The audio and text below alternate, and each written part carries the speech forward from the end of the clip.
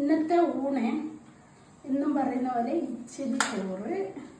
പിന്നെ ഇത് കുറേ നാളായി അവിയൽ വെക്കണം എന്ന് വിചാരിക്കുന്നു.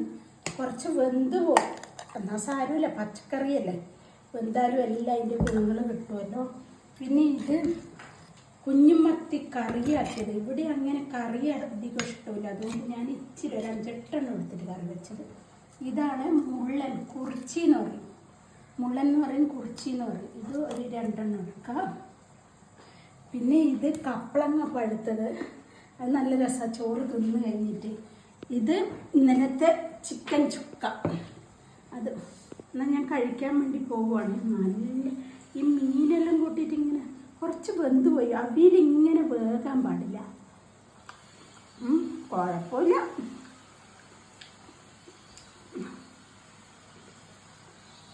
പച്ചക്കറികളാണ് നല്ല രസമുണ്ടാവും. മുള്ളൻ കുറിച്ചി മുള്ള ശ്രദ്ധിച്ച് കൂട്ടണം, മുള്ള